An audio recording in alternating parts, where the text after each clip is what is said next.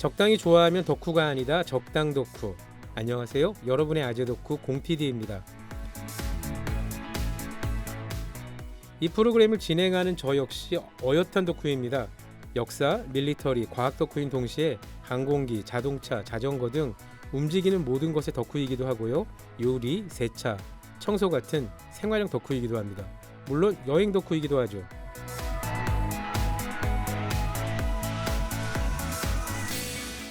어엿한 덕후 진행자가 어엿한 덕후 초대 손님을 모십니다. 오랜 덕질로 어엿한 전문가의 반열에 오른 덕후만을 엄선에 초대합니다.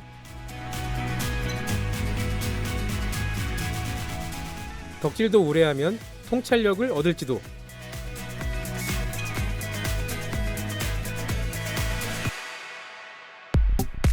적당히 좋아하면 덕후가 아니다. 적당 덕후 OBS 라디오. 우리 적당 덕후에는 음악은 없습니다. 마지막 한 곡만 나갑니다. 덕후 진행자가 덕후 손님을 모시고 아주 깊고 딥한 덕후 이야기를 하는 거죠. 적당히 좋아하면 덕후가 아니다. 적당 덕후. 이게 대체 무슨 뜬금없는 소리일까요? 말 그대로 덕후라는 사람들은 무언가를 좋아하면 한번 파고들기 시작하면 도무지 적당히를 모르는 사람들이기 때문입니다. 그래서 이 프로그램의 제목이 적당 덕후입니다. 지난주에 이어 전국 제일 경기도 덕후, 경기도에 관한 으뜸 이야기꾼, 국가대표 경기도 알림이 운민 작가님과 함께합니다. 안녕하세요. 네, 안녕하세요. OBS의 아들 역사여행 작가 우민입니다. 갑자기 OBS 아들입니까? 이거 말고 다른 것도 출연하니까 그러고 보니 좋은 소식 있으셨죠? 주말뿐만 아니라 이제 평일, 목요일 아침에도 네. 청취자 여러분을 찾아갑니다. 시원하게 말씀해 주세요. 프로그램 제목. 굿모닝 OBS라고. 이창명, 이윤아의 굿모닝 OBS. OBS. 어떤 코너에 나오시는 건가요? 네, 그 여행지를 아주 밝고 명랑하게 이렇게 소개하는 프로그램인데요. 아마도 이제 목요일 오전 8시에 제가 출연해가지고 1시간 가까이 여러분에게 그 날씨에 계절마다 다양한 여행지를 보여주는 프로가 될 것 같습니다. 거기서도 경기도의 여행지를 소개시켜 드리는 거죠? 아마 절반 이상은 경기도 여행지가 되지 않을까 싶은데요. 타 지역도 있고요. 타 지역도 물론 그렇군요. 소개합니다. 네. 네. 참 정말 성덕이 아닐까. 매주 목요일 그리고 매주 토요일과 일요일 네네. 예, 운민 작가님과 함께하는 OBS 라디오. 그 운민 작가님이 OBS의 아들이 아니라 OBS가 운민 작가님 없었으면 어떡할 뻔? 경사가 있어요. 경사. 네, 그렇죠. 축하드립니다. 부끄럽기도 한데. 드디어 운민 작가님의 새 책이 온라인 서점가와 전국 서점가에 뿌려졌습니다. 경기별곡 3부작 네, 신작. 네 맞습니다. 전국 서점에 이제 경기도 시리즈 마지막 3권 여기 새롭게 경기도가 드디어 출판되었는데요. 여기 새롭게 경기도. 네, 맞습니다. 여세경. 그렇죠. 여세경이죠. 아마도 그 3권에는 경기도의 신도시는 물론이고 그리고 우리가 몰랐던 다양한 도시의 이야기나 그리고 문화재 그리고 여행 그런 다양한 이야기를 담고 있기 때문에 경기도에 살거나 혹은 경기도에 사시지 않는 분들도 이 책을 보시면 좋을 것 같아요. 한마디로 경기도의 종합교양 입문서의 완결판 같은 느낌이라는 거죠. 네, 많은 사랑 부탁드립니다. 네, 뭐 현재 아직 판매 스코어를 예측하기는 좀 이릅니다만 어느 정도 예상하십니까? 사실 1권이 판매 순위가 꽤 높았거든요. 오, 네, 그래서 한 3세, 4세 가까이 찍었는데 4세를 찍으셨어요? 아마 이제 조만간 4세도 찍을 것 같습니다. 아니 요새 같은 그 출판 불경기에 3세만 찍어도 엄청난 초대박 베스트셀러인데 저희가 이렇습니다. 이렇게 베스트셀러 작가님만 엄선해서 모십니다. 너무 과찬이신데요, 이거? 지난주 방송에서 김포 이야기를 하셨었어요. 근데 네, 그렇죠. 지금 기억나는 김포 이야기는 안타까운 골드라인. 그렇죠. 그리고 네. 조선왕릉이 유네스코 세계문화유산에서 탈락하게 될지도 모르는 그 시작점에 있는 김포에 있는 장릉. 지난주 하신 말씀 중에 아주 인상 깊었던 점이 유네스코가 세계문화유산 등재 심사를 할 때요. 역사 유적만의 보존 상태, 네. 뭐 기록적 가치뿐만이 아니라 주변 경관의 조예까지 살핀다는 이야기를 해주셨어요. 네. 아주 새롭고 놀라운 이야기였습니다. 이게 어떤 뜻일까요? 아마도 이제 문화재가 단순히 건물, 대지권만 있는 게 아니라 이 주위의 모든 자연 환경들과 이거 어울림을 중시하는 것 같다. 뭐 풍수지리 이런 것도 본다고 하더라고요. 아니 유네스코가 풍수지리를 봅니까? 우리나라뿐만 아니라 그 아시아 전체적으로 풍수지리가 중요시되는 유적지가 많거든요. 그 말은 유네스코가 풍수지리를 본다는 얘기가 아니라 그렇죠. 과거부터 풍수지리를 중요시하던 문화권에 있는 유적지는 네네. 과거에 중요하게 생각했던 그 자연 경관을 그대로 잘 유지하고 있는가도 심사 대상에 들어간다는 네네, 말씀이시군요. 맞습니다. 그 맥락이 중요한 거죠. 유네스코 진짜 까다롭네요. 앞으로 더 까다로워질 것 같아요. 왜냐하면은 유네스코가 지금 전 세계 어딜 가나 다 있거든요. 그렇죠. 근데 수천 개에 지금 가깝단 말이에요. 사실 뭐 이런 세상에 유네스코 세계 문화유산에 등재되지 않은 동네는 여러분들이 열심히 유엔에 가서 유네스코에 가서 어필을 못 하신 겁니다. 우리나라도 앞으로 이제 유네스코 잠재 목록이 꽤 많거든요. 많이 있죠. 앞으로 네. 어떤 게 더 올라갈까요? 제 생각인데 그 고구려 산성 산성도요. 아마도 우리나라의 성벽이 삼국시대에 이르면은 엄청 치열하게 항쟁이 이어갔기 때문에 성벽이 높고 그리고 보존 상태 훌륭하기 때문에 훌륭합니다. 와, 고구려의 산성, 물론 이것도 우리 남한 땅에 있는 산성들일 텐데 남한의 고구려 산성이 유네스코 세계 문화유산에 등재될 만큼 보존이 잘 된 곳이 있습니까? 있습니다. 나중에 소개시켜 드리도록 하겠습니다. 역시 경기도인가요? 네, 그렇죠. 경기도는 위대합니다. 이렇게 없는 게 없어요. 다른 지역들이 참 배 아프겠어요. 여러분 죄송합니다. 경기도로 이사 오십시오.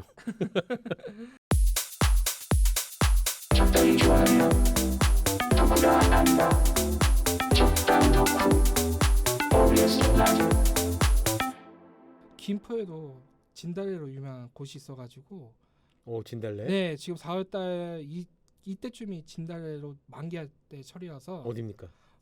가현산이라고 있습니다. 가현산이요? 네네. 가현산? 네. 김포는 사실 경기도 서쪽 끝에 자리해가지고 산세가 높지 않고 평야가 발달했습니다. 그렇죠. 안성, 칠안산에서 시작된 그 한남 정맥이 계양산을 지나서 문수산까지 이어지는 산군이 있어요. 계양산, 문수산 이어지는 게 안산부터 시작하는 건가요? 안성이죠. 안성부터? 굉장히 깊숙이 시작하네요. 네네. 한남 정맥이라고. 그게 한남 정맥. 네네. 음. 그런데 이제 중간에 문수산과 계양산 사이에 있는 중간 지점에 있는 높이 한 200m 정도밖에 안 되는 산이 가현산이라고 있습니다. 가현산. 네. 200m면 사실 산이라고 얘기하기는 그렇고 좀 높은 언덕? 적당한 높이의 산이라고 치죠. 그렇죠. 네네. 하지만 김포에서 두 번째 높은 산이 바로 가현산입니다. 김포가 정말 평야입니다. 네. 대단한 평야예요. 바다를 바라보는 석양 인모를 감상하며 오. 공고를 타고 노래를 불렀다고 해서 노래 가짜에 그 현금할 때 현자. 어이 멋있다. 가야금으로 노래를 부르는 산이라는 뜻이잖아요. 네, 그렇죠. 운치 있다. 특히 석양 볼 때 가면 정말 좋습니다. 아무튼 그곳에 가면은 진달래꽃이 아주 영롱하다. 네, 4월 상순에 진달래 축제가 벌어지거든요. 그래서 가현산에 가셔서 진달래도 보시고 그리고 해가 질 때쯤에 보시는 석양. 네. 석양이 그러니까 저는 인천 사람이니까 바다를 면한 서쪽 지역에서 서쪽 지방에서 해가 진다는 게 보통 내륙 강이 없는 내륙에서 볼 때 석양 색깔과 굉장히 다릅니다. 그렇죠. 바다에 비치는 그 오렌지색이 바다 빛에도 반사되어 또 하늘로 올라오거든요. 네. 그러니까 석양 색깔이 그냥 붉은색이 아니라 아주 은은한 오렌지 같은 황홀하게 찬란하는 저는 그걸 선샤인 레드라고 부르고 싶어요. 너무 낭만적인데. 그런 식의 강렬한 색깔이기 때문에 그런데 그런 강렬한 색이 이건 직접 봐야겠는데요. 진달래 유명한 산은 물론 가현산 말고도 전국 어디 가나 많지만 가현산은 30분만 오르면 바로 능선에 닿을 수 있거든요. 능선에 닿을 수도 있고 바다도 보이고 거기서 그렇죠. 석양도 같이 즐길 수 있다. 네네. 아니 이거 하나로 김포에 대한 호감이 후학 올라갑니다. 이 정도면 김포 시민 여러분도 충분히 자부심을 느끼게 충분할 것 같아요. 오늘은 경기도 어디로 떠나죠?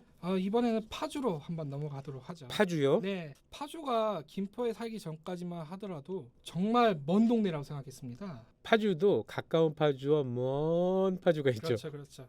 근데 우리가 파주를 생각할 때는 크게 두 가지 이미지가 있잖아요. 하나는 그 오두산 통일 전망대에서 바라보는 북한의 선전 마을의 풍경이 있고, 그리고 가장 유명한 게 파주에서 가장 유명한 게 아울렛 아닙니까? 김포에도 있습니다. 경기도 어디 가나 다 있어가지고. 네, 맞습니다. 네, 언론의 스포트라이트 받는 판문점이 바로 파주에 있잖아요. 뭐 그 밖에도 예전 영화 중에 파주란 영화도 있었고. 파주 보셨어요? 저도 재밌게 봤습니다. 네, 저도 재밌게 봤어요. 이성균 씨도 나오고 서우 씨. 네, 그렇죠. 연기가 아주 그냥 이렇게 방송에서 바로 스토리를 말씀드리기 약간 충격적이라서 말씀 못 드리겠지만 그리고 이제 영화 버닝에서도 주인공이 그러네요. 네, 파주에 집이 있거든요. 유아인 씨 집 배경이 파주였었죠. 네. 그러고 보니까 버닝에 지금 그렇게 핫한 배우 전종서 씨도 사실 그 영화 버닝으로 굉장히 전종서 씨가 눈도장을 찍은 거잖아요. 네네. 아주 글로벌 스타로. 설마 전종서 씨가 고향이 파주는 아니겠죠? 그건 저도 잘 모르겠어요. 제가 뭐 연예인 취재하는 기자는 아니니까. 맞습니다. 네. 그리고 미디어에 볼 때마다 뭐 전라도 쪽에 무슨 누구 나주댁 이렇게 얘기 많이 하는데 경기도에서 파주댁이라는 이름이 숱하게 등장해요. 그러네요. 네, 이게 6.25 전쟁 당시 파주가 격전지였다 보니까 벌써 저 지금 약간 네, 짐작되면서 가슴이 아파와. 그렇죠. 파주댁이라는 말 자체의 유래가 이게 그러니까 어디에 댁을 붙인다는 말은 그 동네 사람들이 전란으로 혹은 경제적 공공으로 타 지역으로 떠나서 가사 도우미나 이런 일들을 많이 그렇죠. 한다는 뜻이잖아요. 파출부나 식당 아줌마라던가 그러니까요. 뭐 그런 일들을 꾸준히 일들 많이 했죠. 고향을 떠나서 네, 가슴 아프다. 그런 이제 대명사가 된 게 또 파주 때이기도 하고요. 그런데 이제 파주에 이제 2기 신도시인 운정 신도시가 생김으로써 그렇죠. 그런 파주에 대한 그런 이미지를 많이 상쇄시키긴 했습니다. 파주하면 또 가장 대표적인 게 뭐 경기도에서는 광주와 더불어 타운하우스, 네네. 주택단지가 굉장히 아주 독창적이고 세련되고 대담한 형태의 타운하우스들이 많은 곳으로도 유명하잖아요. 그렇죠. 대표적으로 헤이리 마을이 있습니다. 헤일이. 네, 자발적으로 생긴 게 아니라 이제 국가적인 정책에 의해서 그 예술인들이 모여서 만들어진 타운하우스가 바로 헤이리 마을이에요. 일종의 그 아트빌리지를 표방한 거군요. 그래서 네네. 예술인들을 모여서 살기에 좀 편하게.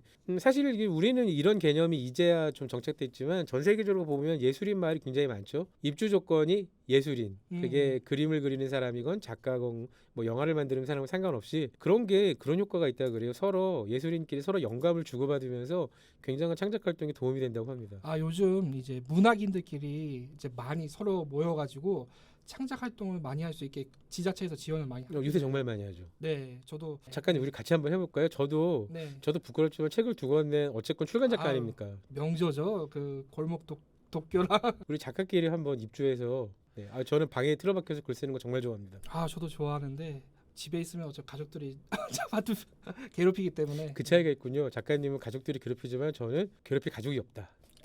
괜찮습니다. 저 극 아이 성향이에요. 혼자 있는 게 좋고요. 네, 혼자 있는 게 너무 좋아요. 괜찮습니다. 네네. 이 헤이리 마을이 그 인사동하고 대학로에 이어가지고 세 번째로 문화지구로 지정되었고요. 그리고 이 헤이리라는 명칭 자체가 이 파주 지역에서 내려오는 전통적인 노래인 헤이리 노래를 따서 헤이리 마을이라 지어졌거든요. 그런데 이게 헤이리가 보통 이제 예술가들만 사는 마을이 아니라 그 마을의 60% 이상이 관람객을 위한 문화시설로 지정되어 있습니다. 특히 카페가 엄청나게 많지 않습니까? 카페도 많고요. 그리고 덕후들을 위한 박물관이 많아요. 알죠. 네, 대표적으로 콜라도 있고 네. 장난감을 소지한 박물관도 있고. 헤이리에는 콜라 박물관 가보셨죠? 저도 가봤었는데요. 네. 그러니까 저도 덕후긴 하지만 가끔 어떤 덕후들을 보면 존경과 경애를 넘어 그냥 신비할 때가 있거든요. 네네. 사람이 콜라라는 아이템에도 꽂힐 수가 있다. 그렇게 되면 어떤 짓을 하냐면 전 세계에 있는 모든 콜라 캔과 병을 모읍니다. 콜라 포스터를 모으고요. 콜라가 들어간 로고가 들어간 모든 굿즈를 다 모으는데 정말 그걸 어찌나 많이 모았는지 박물관을 만들어도 될 정도로 실제 그게 박물관이 됐죠. 약간 상상을 초월할 정도로 정신이 아득해져요. 근데 이제 이런 차이 있는 것 같아요. 그러니까 저도 덕후긴 하지만 네. 보통 덕후 중에서 콜렉터적 덕후가 있고 그렇지 않은 덕후가 있습니다. 근데 이제 그쪽은 이제 콜렉팅에 좀 가까운 덕후분인데 그것도 엄청나게 대단한 집중력이 있어야 가능한 거죠. 그렇죠. 그러니까 인생을 콜라에 걸었기 때문에 그런 콘텐츠가 나오는 것 그런 곳이 헤일에 있다는 것 네. 말씀드리고요. 그리고 헤이리 마을에 오신 김에 바로 이제 언덕 맞은편에 있는 이제 영어 마을이 있습니다. 영어 마을이 예전에 굉장히 핫하다가 뭐 뮤직비디오도 찍고 드라마도 찍고 하다가 어느 순간 뚝 하고 시들해 졌잖아요. 네, 지금은 영어 마을이라 이름 붙이지 않죠. 경기 미래 교육원이라는 이름으로 바뀌었는데요. 공공부문이 인수를 한 겁니까? 네, 공무원이 인수를 했죠. 그 예전 처음에 왔을 때는 이제 그때 한창 영어 교육 열풍이 불었을 때거든요. 그랬죠. 그때는 이제 유학을 못 가니까 그 대안으로 이렇게 해서 만들어 놓은 건데. 그러니까 무슨 뭐 입국 심사도 하고 나름 여권도 만들어주고. 트램도 안에 지나고 그랬어요. 그러니까요. 네, 약간 유럽 느낌 나는 건물들이 많기 때문에 그냥 가볍게 산책하고. 근데 그런 것 같아요. 네. 그건 이제 유럽이나 미국 느낌이라기보단 이렇게 꾸미면 미국이라고 생각하겠지 싶은 한국인들에게 어필할 수 있는. 그렇죠. 약간 이제 미국이나 영미권의 문화에 좀 익숙한 분들이라면 거기 보면 약간 이질감 많이 느낍니다. 이거 어느 나라야? 어디를 카피한 거 도대체? 그런 생각 많이 느껴요. 그리고 이제 마지막으로 이제 파주 출판단지를 들 수가 있겠는데요. 출판단지. 네, 여기도 처음에 생겼을 때는 아주 큰 방향이 이렇습니다. 출판단지가 자유로로 접근하기 교통도 나름 파주에서 괜찮거든요. 그렇죠. 자유로에서 굉장히 금방이죠. 그리고 이제 서울에 있는 출판사들이 월세라던가 뭐 세금 부분에서 자유롭지 않잖아요. 그렇죠. 그래서 파주에서 그 출판단지를 만들어서 그 출판사라던가 아니면 출판에 관련된 많은 기업들을 유치하기 위해서 출판단지를 조성했습니다. 출판 콘텐츠를 하는 기업들에게 절세 효과도 내주고 임대료도 아주 국가에서 저렴하게 해주고 그래서 초기에는 정말 많은 출판사들이 들어갔었죠. 네, 거의 10대 출판사의 절반 정도가 입주했을 정도로. 그러니까요. 그런데 지금은 거기도 많이 좀 쇠락하지 않았습니까? 네, 출판사 절반 이상이 다시 서울로 돌아갔고요. 왜 그럴까요? 왜 모든 그렇게 서울로 돌아가야 직성이 풀리는 걸까요? 일단은 비즈니스를 하려면은 어떻게든 서울로 가서 해야만 하거든요. 세종시로 많은 공공기관이 들어갔지만 왜 있는데 서울에서 해? 결국에는 다시 서울로 올라가서 청문회를 하고 그리고 여러 가지 일을 보잖아요. 근데 아직까지 우리나라는 이제 서울 공화국이기 때문에 진짜 국회를 보내야 되나 봐. 국회와 행정부가 몽땅 이전하는 방법밖에 없나 싶기도 하고요. 네. 근데 생각해보면 사실 되게 신기하긴 해요. 우리나라 인구가 5천만이 5,100만 그 정도인데 생각해보면 5,100만 중에 반 이상이 수도권에 모여 삽니다. 절반 이상이 넘쳐 있어요. 네, 그러니까요. 이거 되게 신기한 거예요. 전 세계적으로도 굉장히 드문 일이고. 근데 이게 언제까지 이렇게 유지될 수 있겠어요? 앞으로 점점 더 심해질 것 같고요. 당분간은. 근데 이게 유지되면 안 되는 거 아닙니까? 수도권을 위해서라도. 결국 이게 수도권으로만 사람들이 몰려든다는 것은 계속 여기만 경쟁이 치열해지고 부동산 지가는 계속 올라가고 네. 그럼 자연히 지역은 소멸하게 되고 더 거기선 더더욱 사람들이 안 쓸 테니까 또 그런 거점 도시로 사람들이 몰려들어서 경쟁이 격화되고 결국은 모두의 삶의 질을 떨어뜨리는 일이거든요. 네. 뭐 여러 가지가 있겠지만 저는 두 가지가 선결과제라고 생각해요. 네. 첫 번째는 교육이고요. 아, 교육. 네. 두 번째는 직장이죠.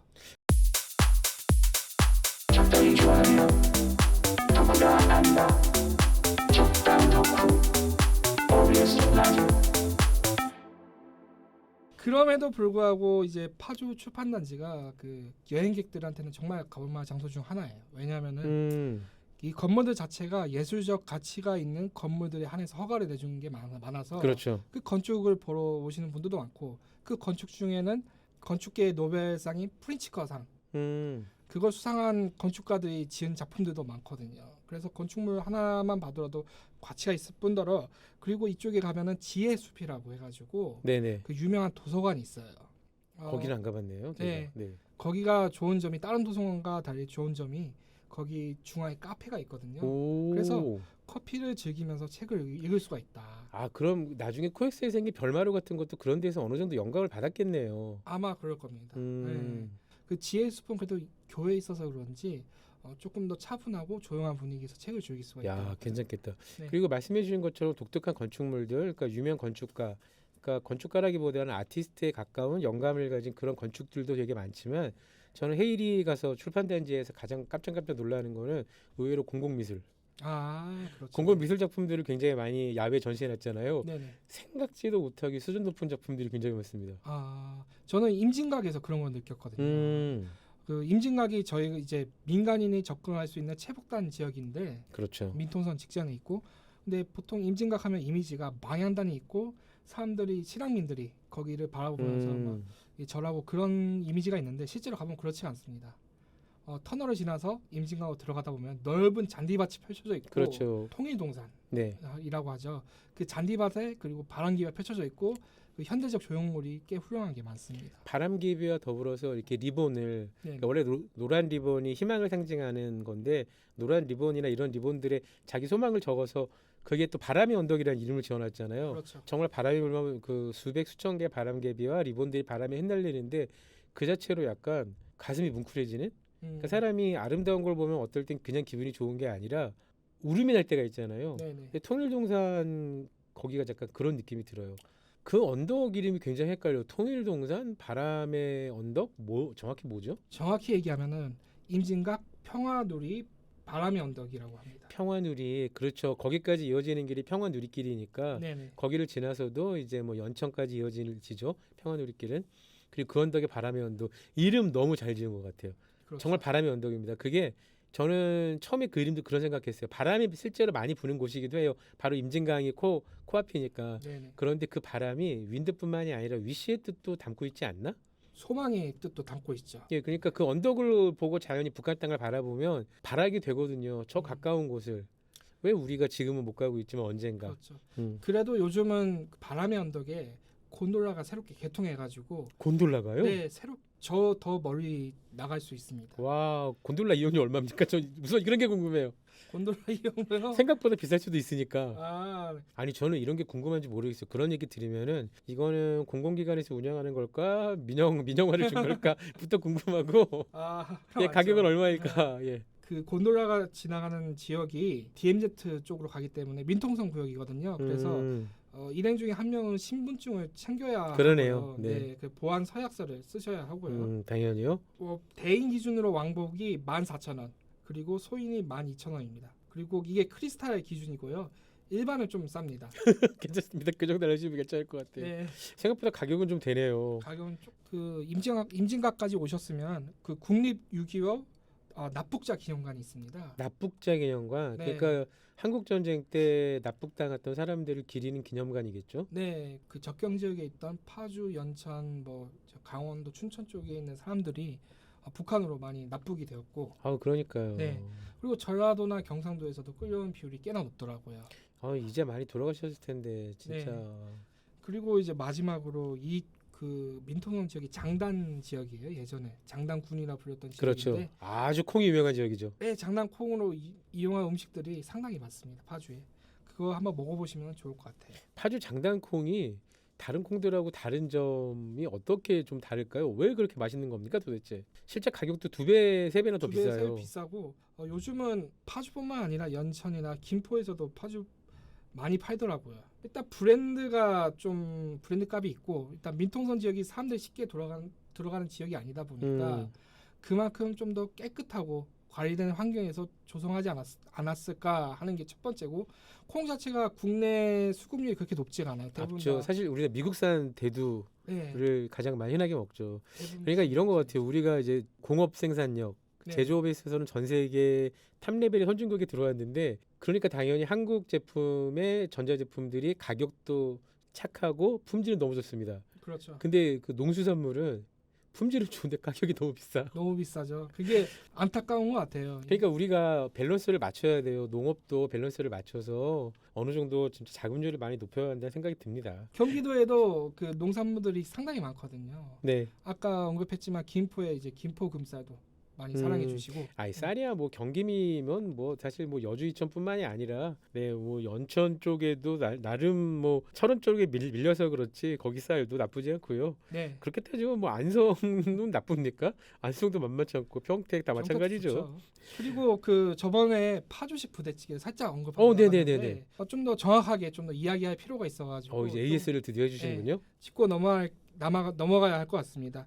제일 처음에 부대찌개가 유명했던 지역이 바로 의정부잖아요. 네, 그 의정부가 보통 예전에 306 보충대라고 있었거든요. 네네. 저도 거기 출신이긴 한데 그쪽 지역에 군인들이 많이 왔다 갔다 하다 보니까 그쪽에 있는 부대찌개가 먼저 유명해졌고, 그렇군요. 두 번째로 송탄이 유명해진 계기가 지금 저희가 아는 그 여러 이제 부대찌개 프랜차이즈가 있잖아요. 그 대부분이 송탄 부대찌개 출신이라고 그럼 뭐 합니다. 니은 비읍 부대찌개 뭐 이런 것이 다 다 송탄식이에요. 그렇군요. 네네. 네. 그런데 여기 파주식 부대찌개는 이것도 최근에 유명해지게 된 계기가 바로 그 2010년대 들어서 경의선 전철이 개통되었습니다. 아하. 그래서 그 문산 지역, 정확히 얘기하면 파주 지역에서 제일 북쪽 끝인 문산 네네. 지역에 있는 부대찌개가 사람들한테 소문이 나기 시작한 거예요. 근데 이쪽의 부대찌개는 송탄시에 걸쭉하고 거친 맛이나 아니면 담백한 의정부식이랑 거칠다뇨. 그게 아주 걸쭉하고 아주 꽉 찬 맛이죠. 알찬 맛, 갈찬 감칠맛.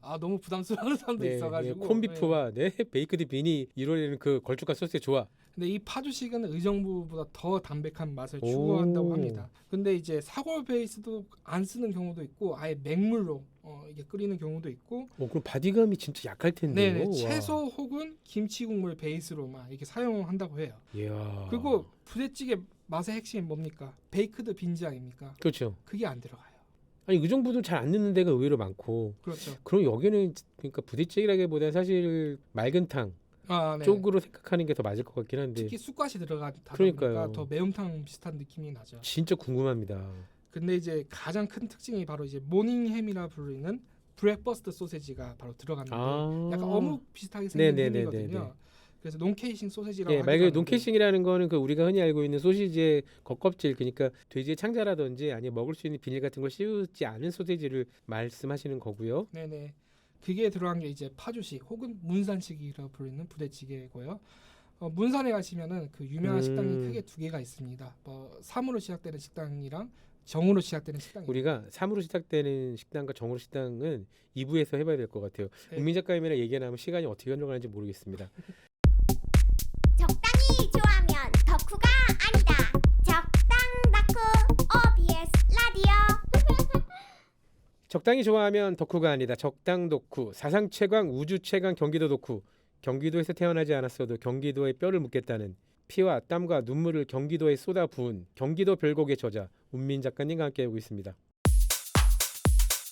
적당히 좋아하면 덕후가 아니다. 적당 덕후 OBS 라디오. 작가님, 네. 아니 왔어요. 경기도에서 태어나지 않으셨잖아요. 네. 부끄럽게도 경기도에 태어나지 아니 않고. 부끄러운 일은 아니죠. 그게 왜 부끄럽습니까? 아니 경기도에 태어나지 않은 사람이 경기도 전문가 자처가 있으니까 조금 부끄럽긴 하네요. 그게 그런 것 같아요. 항상 보면은 그 지역을 어떤 사물을 객관적으로 보려면 바로 그 옆에 있는 사람보다는 한 발 떨어져 있는 사람이 훨씬 더 깊고 풍부한 사고를 할 수 있는 것 같아요. 그거는 당연히 그런 것 같아요. 네네. 참고로 운미 작가님의 고향은 저 멀리 울산입니다. 예, 고래의 고향, 고래와 연어의 고향 울산이시고요. 지금은 네. 어디 사시죠? 경기도 김포에 살고 있습니다. 아름다운 김포에 살고 계십니다. 네, 정말 좋은 동네고요. 예, 김포 시장님 듣고 계신다면은 저 좀 빨리 일거리 하나 주시기 바랍니다. 지금 녹음은 어디서 하고 계시죠? 수원에서 하고 여기는 있거든요. 수원. 네, 경기도 관련 지자체들 많은 연락 네, 부탁드립니다. 이렇게 경기도의 곳곳을 누비며 이렇게 경기도 지자체 연락을 바라시는 이유는요, 이유가 있죠. 운민 작가님이 경기도 별곡 책을 많이 썼기 때문이에요. 이제 3권째가 나왔는데 제가 오늘 녹음하면서 작가님에게 책을 받았습니다. 네. 이번 책은 색감이 핫핑크입니까? 의도한 겁니다. 제가 여러 가지 사안을 받아보고 디자인을 제가 골랐는데요. 이 상권이 주로 나오는 곳이 신도시가 대부분이거든요. 그래서 신도시의 노를 주제로 해가지고 약간 도시도시한 센스쟁이. 느낌으로 네, 뽑았습니다. 센스쟁이.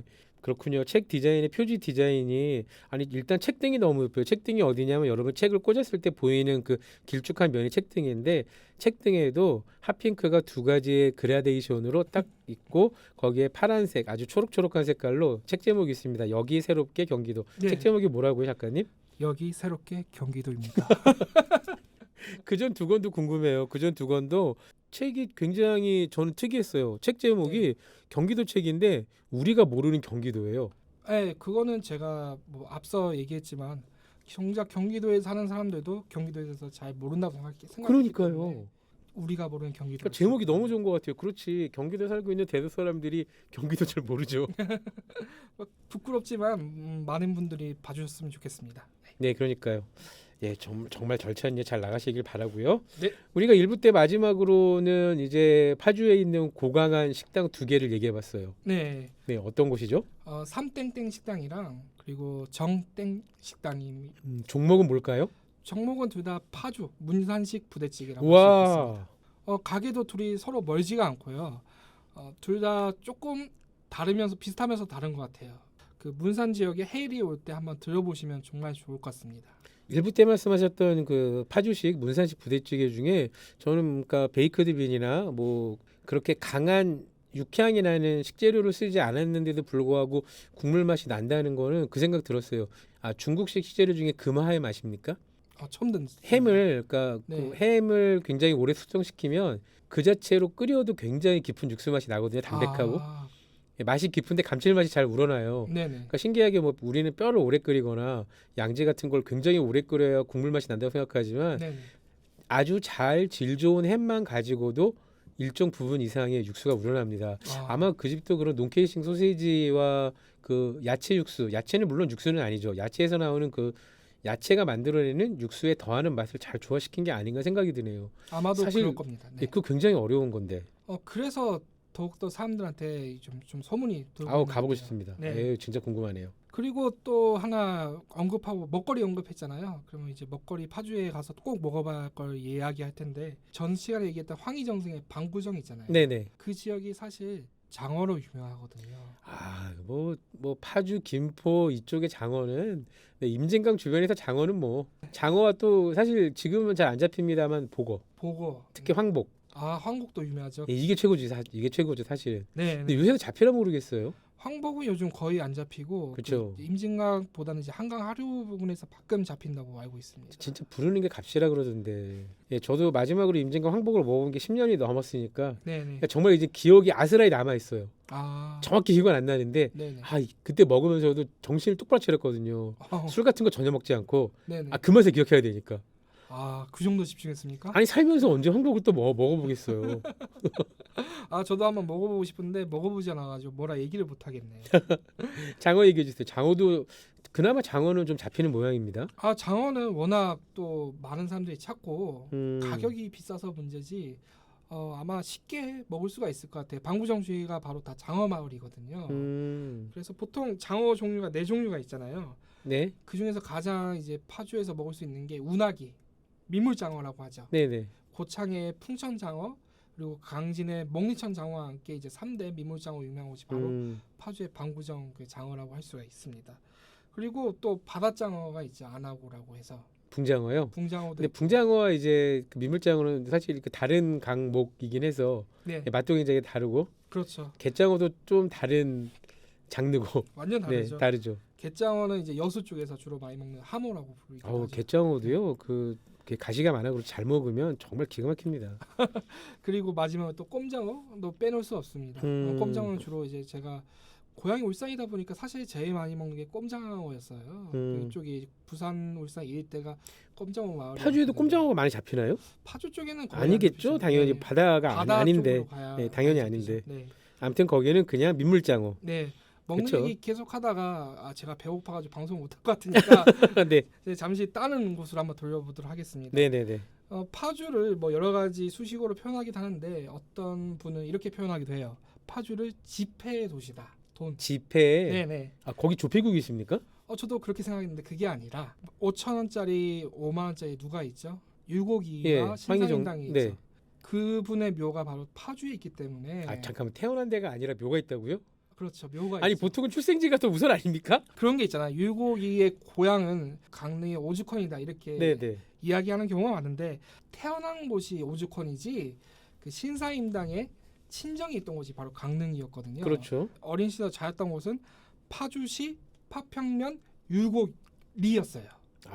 그래서 율곡이가 된 겁니다. 그러니까 나중에 율곡이의 이름을 따라서 율곡리로 이름 바꾼 게 아니라 원래 그쪽 예. 마을이 율곡이었던 율곡 거죠. 선생이 그 이름을 마을 이름을 따서 우와 그렇죠. 그렇군요. 네네. 그래서 그곳에 이제 율곡이의 서원도 있고 그리고 율곡이의 아버지 어머니뿐만 아니라 그 후손들의 묘까지 다 자리하게 된 거죠. 그러면은 파주가 주장할 만하죠. 그 율곡이의 유적지가 많은데 대표적으로 그 방구정에서 임진강을 따서 거슬러 올라가다 보면 화석정이라는 하는 정자가 있어요. 화석정. 네, 여기를 꼭 가보셔야 하는데 고려 말에 원래 길제 선생이 있었거든요. 그분이 네네. 원래 자리 잡고 있었다가 그 율곡이의 6대조 조상인 이명신이 물러받아가지고 율곡이에서 계속 소유하고 있던 정자입니다. 그런데 이곳이 중요한 게 그 나중에 그 임진왜란 일어나지 않습니까? 네네. 그 율곡이가 죽기 전에 자기가 죽고 나서 그 일본군이 우리나라 쳐들어올 걸 알고 그 하석정에다 기름칠을 하고 대비를 하라고 했었어요. 기름칠이라고 하면 거기서 봉화를 올리기 위한 통신 수단을 만들어 그렇죠. 그런 뜻인가요? 그렇죠. 그 나중에 선조가 그 한양을 벗어나서 북쪽으로 도망치잖아요. 네네. 그때 화석정을 지나게 됩니다. 음, 그때 화석정에 불을 질러가지고 주위가 음. 깜깜한 거를 이제 환하게 밝혀줘가지고 그렇죠. 무사히 지나갈 수 있었던 그런 일화가 있었던 곳이 바로 화석정이죠. 그렇군요. 지금은 없겠네요. 지금은 새롭게 다시 지어졌습니다. 복원했나요? 네, 복원을 했겠죠. 그리고 이 파주란 이름이 어떻게 해서 파주가 됐는가 한번 짚고 넘어가지 않을 수 없습니다. 무슨 파일까요? 도리미파의 파는 아닐 거고. 또 유래가 있다고 하더라고요. 네. 파평윤 씨 한번 들어보세요. 그 파평윤 씨의 그 파를 따서 파주가 된 겁니다. 파평 윤 씨가 파주에 정착을 했나요? 그 윤관이라는 사람 아시죠? 네네. 동북 육지를 개척한 고려의 장수죠. 네네 그런 유명한 장수인데 대부분 고려의 장수들은 문관 출신이 많아요. 그렇죠, 그렇죠, 초중 맞습니다. 강갑천 네. 장군도 문관 출신이었고 우리가 이제 외교관이자 뭐 전방에서 활약했던 서희도 문관이잖아요. 그런 사람들이 많은데 이 윤관이 사실 명문 가문이에요. 파평윤 씨가 고려를 세운 그 개국공신제 윤시달이라는 선생이 있거든요. 네. 그분이 파평윤 씨의 시조고 오. 고려 시대 때부터 고려를 대표하는 6개의 가문 중 하나로 번성했고 오. 또 고려 시대 때 잘 나갔던 가문 조선 시대 때는 다소 쇠퇴하기 마련인데 당연하죠. 조선 시대도 여전히 잘 나가는 가문이 파평윤 씨였어요. 야. 왕비를 가장 많이 배출하긴 가문이 바로 그쵸. 파평윤 씨죠. 네, 윤 씨 아닌 민 씨지 뭐. 그중 제일 유명하신 분이 아무래도 그 세조의 그 정비였던 정의왕후 윤 씨거든요. 세조가 개유정난을 통해서 정권을 잡게 되고 그리고 이제 서서히 정권이 안정되고 그리고 공신들한테 막 땅을 나눠주던가 아니면 뭐 벼슬을 내려주는가 이렇게 하거든요. 마찬가지로 자기 동반자였던 그 정의왕후 윤 씨에게도 선물을 해야 하잖아요. 네. 그래서 원래 파주의 이름이 원평이었는데 그 정의왕후의 본관이었던 오. 파평윤 씨의 팔을 따서 고을 주자거든요. 예. 그래서 파주가 된 거라고 합니다. 야, 클래스가 다르시네. 마을 하나를 통째로 떼주시네. 그러니까 마을을 떼준 건 아니고 마을의 이름만 바꿔준 거죠. 그렇죠. 그 왕권 시대, 왕조 시대라는 거는 참 그런 것 같아요. 왕의 말이 곧 법이구나. 법이죠. 오늘부터 이름 바꿔. 대왕 마마, 마마 행정력이 미치지 못합니다. 바꾸라. 보통 조선왕 하면은 막 그런 이미지가 강하잖아요. 뭐 아니되옵니다. 이러시면 아니되옵니다. 막 그런 신하들이 상소를 하거나 항상 시달리는 그런 모습이 강한데 사실은 신하에게 스트레스를 받는 그런 왕이었죠. 그렇죠. 쉬운 자리 아니었고. 그럼에도 불구하고 자기 하고 싶은 대로 하는 왕은 몇 명 있더라고요.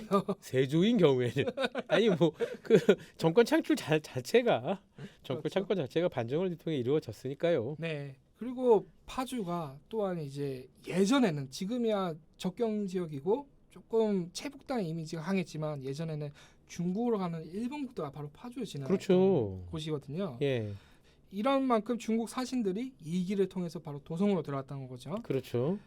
그 길의 중간에는 그 고려 시대 때부터 만들어진 국립 호텔인 해음원이 있었다고 합니다. 아, 해음원이요. 네. 그 해음원 바로 옆에 용미리 석불이라고 그 거대한 석불 2개가 그곳을 바라보고 있었던 거죠. 석불은 아직 남아 있나요? 남아 있습니다. 오. 거의 마스코트 같은 건데 비슷한 예가 안동에 가면 제비원 석불이라고 있거든요. 어디요? 제비원 석불이라고. 안동에 가면 근데 제비원 이렇게 석불. 하면 잘 모르잖아요. 네, 모르죠. 그 안동 소주에 그려진 석불이 있을 겁니다. 그게 바로 제비원. 아, 모르겠어요. 아니 압니다. 술 좋아하시는- 압니다. 술 좋아하시는 분은 알고요. 압니다. 네. 원이라든가 역 네네네. 그런 거에 대해서 조금 궁금하지 않으세요? 아니 원이나 여기 말씀하신 대로 국립호텔이나 국립휴게소 네네. 였죠. 네. 근데 원이 있고 그리고 역참이 있잖아요. 네. 그거의 차이는 무엇인지 아실까요? 원은 수소까지 같이 있는 곳, 역은 말을 갈아탈 수 있는 곳. 네네. 아, 정확하진 않았군요. 정확히 말씀해 주세요. 완전 정확한 건 아닌데 네. 그 원이라는 게 보통 삼국시대 때부터 고려를 거쳐서 조선 전기까지 내려오는 게 바로 원이에요. 네. 그 국가에서 운영하는 건데 국가에서 운영했는데 이제 민간에게 그 운영을 맡기기도 한 곳이기도 합니다. 아, 보통 그때도 사원이라든가 민영 위탁을 했었군요. 네 국가에서 완전히 운영한 것은 바로 객사, 객관이 있었던 거죠. 뭐 내려가면 이제 벽제관 이런 데가 바로 이제 객관의 일종이라고 할 수 있겠고요. 웬만한 고을에 이제 동원이라든가 뭐 관청이 있을 거 아닙니까? 네. 그 관청의 한편에는 이제 객사라는 곳이 있습니다. 있죠. 네. 네. 그런 걸로 보면 될 것 같고 역참이라는 게 정확히 언제부터 유래한 건지는 모르겠지만 이게 본격적으로 받아들이기 시작한 게 바로 이제 몽골의 침략이 있고 나서 들어오기 시작했거든요. 이 몽골이 빠르게 전 세계를 제패했던 그런 원동력 중에 하나가 빠른 수송이지 않습니까? 빠른 그렇죠. 공격 그런 네, 말을 갈아타며. 그게 바로 이제 역참 제조의 일종이라고 하더라고요. 그 이후에 들어간 게 바로 이제 역참인데 역참은 크게 2종류가 있었어요. 말 그대로 이제 숙소도 함께 제공되는 경우도 있고 이제 말을 바꿔 타거나 혹은 또 말을 쉬는 잠깐의 이제 휴식 공간으로서 그런 게 있겠죠. 그러니까 역참보다는 원이 좀 더 큰 개념이고 그렇죠. 원보다는 객사가 좀 더 큰 개념이다. 이렇게 보시면 정확할 것 같습니다. 그 현재도 원이라든가 뭐 역참이라는 것이 지명으로 많이 남아 있죠. 많죠. 대표적인 게 서울의 이태원. 그렇죠. 네. 이태원도 있고 뭐 홍제원도 있고 광해원도 있고 원자 들어간 지명이 생각보다 많네요, 진짜. 그러고 보니까. 네. 그리고 원자 들어가는 지명이 웬만하면 예전에 원이 있었다는 걸 알 수가 있고요. 그리고 뭐 역참이라는 지명도 많이 남아 있죠. 역천동에 있고 그렇죠, 그렇죠. 그리고 역삼동 이런 곳이 전부 다 예전에 역참이 있었던 그렇죠. 그런 동네거든요. 그런데 이제 원이라는 게 조선 중기를 지나면 거의 없어지게 돼요. 사실 임진왜란과 병자호란을 겪잖아요. 그러면 이제 국가가 재정이 많이 빈약해지다 보니까 거의 파탄 났었죠. 네. 그래서 이제 그런 재정이 안 되니까 그거를 아예 주막이라는 곳에 위탁을 하게 된 겁니다. 아. 그때부터 우리가 이제 아는 흔히 주모 이렇게 불렸던 그 네. 주막이 이때부터 등장하게 된 거죠.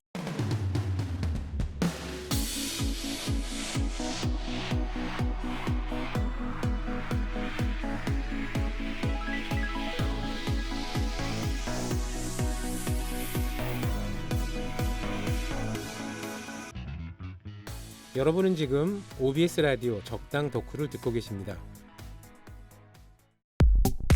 적당히 좋아하면 덕후가 아니다. 적당 덕후 OBS 라디오. 파주가 생각보다 역사성이 깊다는 것도 오늘 새롭게 알게 된 사실 같아요. 그러니까 우리 머릿속엔 제가 지난 시간부터 몇 번 말씀드렸는데 분단이 가져다주는 역사적 상상력의 제한. 그러니까 우리 머릿속에 파주하면은 남한에서 최북단, 당연히 그 너머에는 북한이 총을 겨누고 있는 그런 곳이라고만 생각했는데 한반도 전체 역사 중에서 분단된 거는 정말 일부분이잖아요. 정말 일부분. 그리고 언젠간 반드시 극복이 돼야 될 텐데 뭐 이런 상상력 복원을 위해서라도 빨리 됐으면 좋겠습니다. 그리고 또 파주하면 또 키워드적인 인물이 하나 더 있습니다. 그 동이라고 불렸던 숙빈채 씨.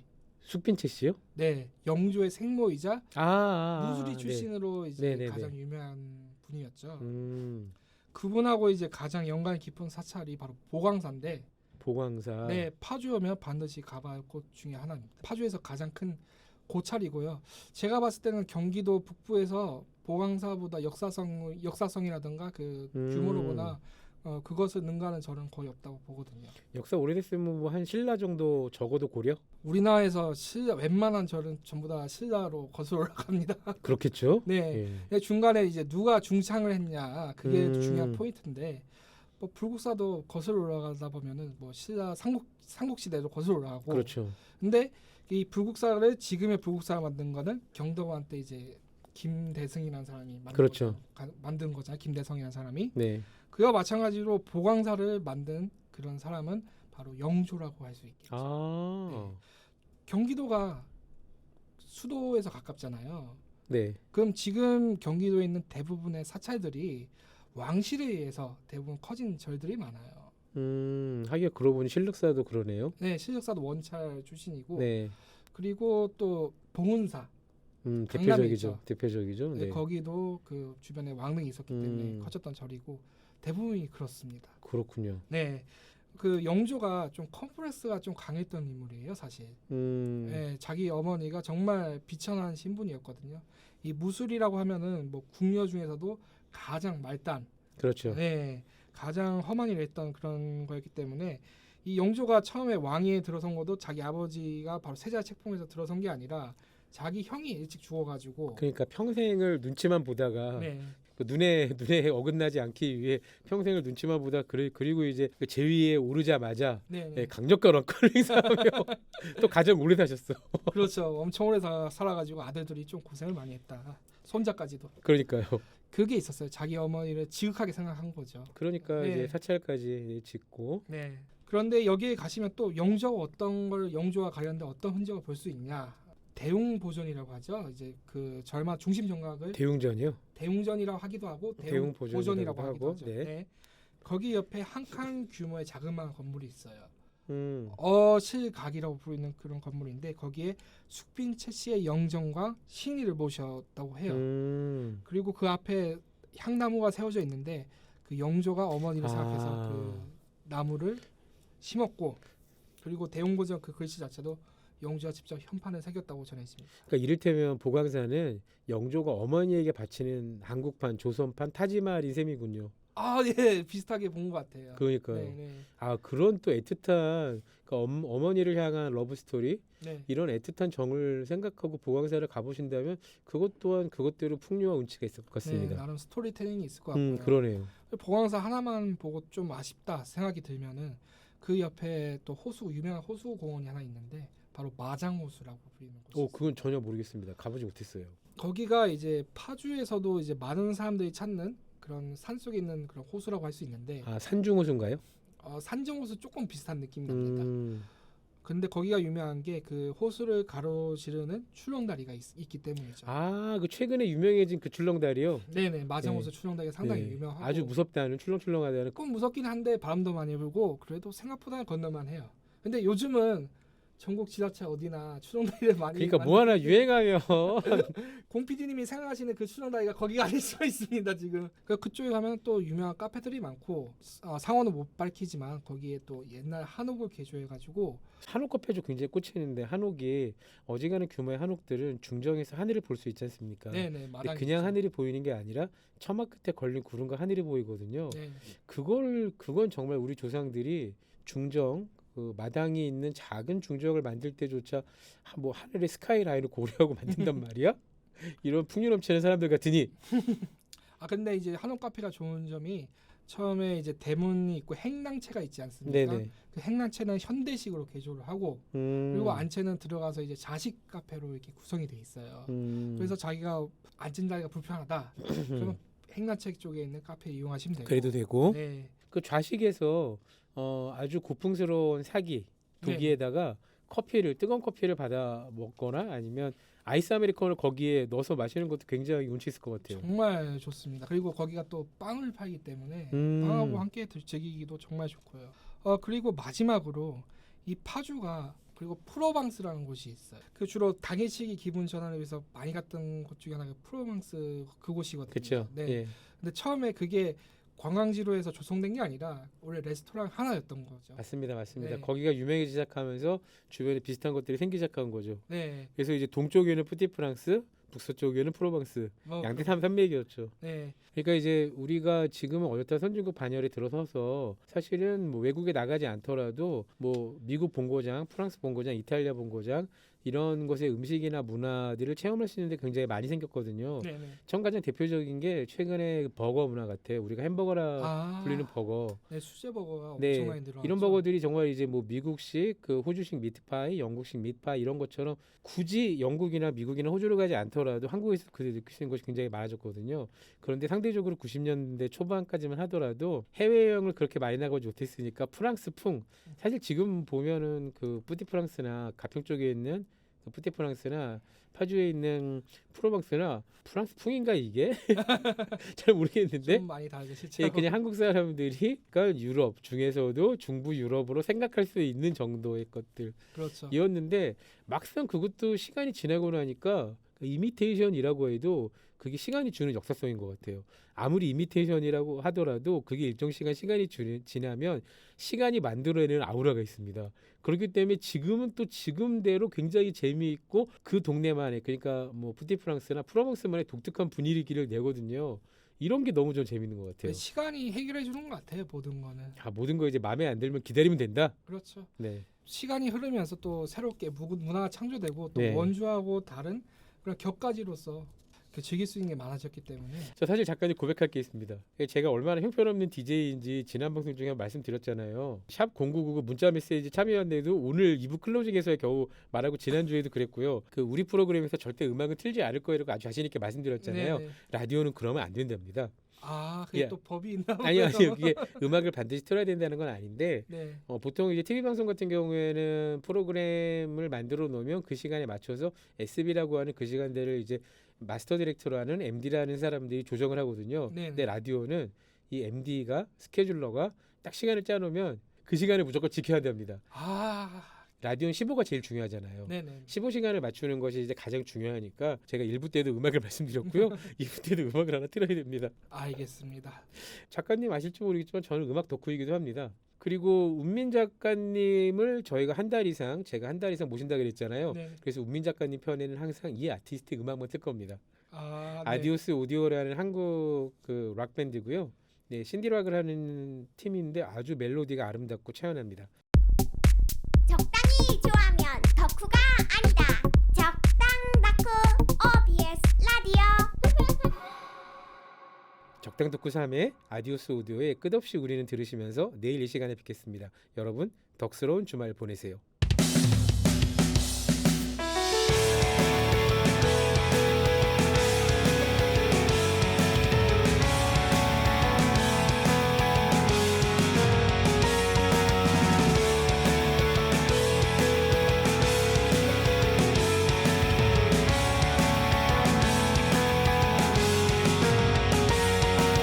죽어가는 계절의 끝에 서울이 죽여 이별을 준비해 주늘어진 태양이 섞이는 밤바다 드높아지는 저 하늘과 함께 철없이 맑았던 우리 고미같이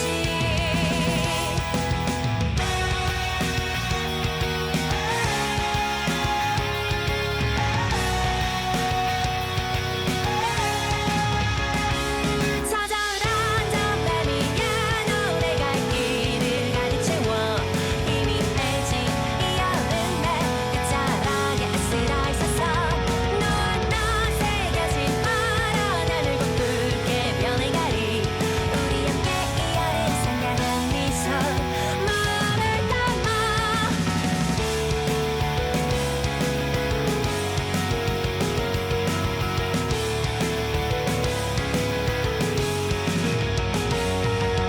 까매진 피부 채색들